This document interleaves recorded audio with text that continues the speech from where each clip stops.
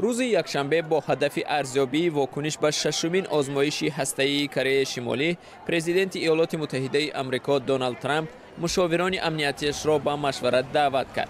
پرزیدنت ترامپ که در روز دعا به خاطر قربانی‌های طوفان هاروی اشتراک داشت، به سؤال خبرنگاران درباره حمله بالای کره شمالی گفت: می‌بینیم که چیکار کنیم.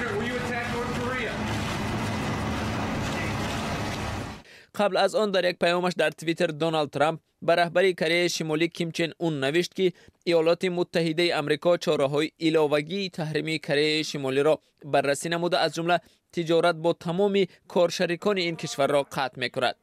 مقامات پخنیان ادعا دارند که روز یکشنبه آزمایش موفقانه بمب هیدروژنی را عملی کردند و اکنون امکان دارند که موشک‌های بین قاروی را با این سلاح مجهز کنند. کارشناسان در کشورهای همسایه کره شمالی تصدیق می‌کنند که روز یکشنبه هنگام برگزاری آزمایش تکان زمین در مقایسه با آزمایش‌های پیشتر 10 برابر بیشتر بود.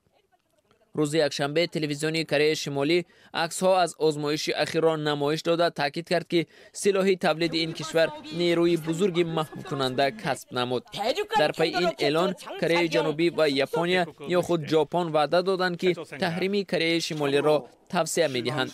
چین متفق کلیدی کره شمالی آزمایش هسته‌ای رژیم پخنیان را محکوم کرده افزود که قطعنامه‌های شورای امنیت سازمان ملل را احترام کند.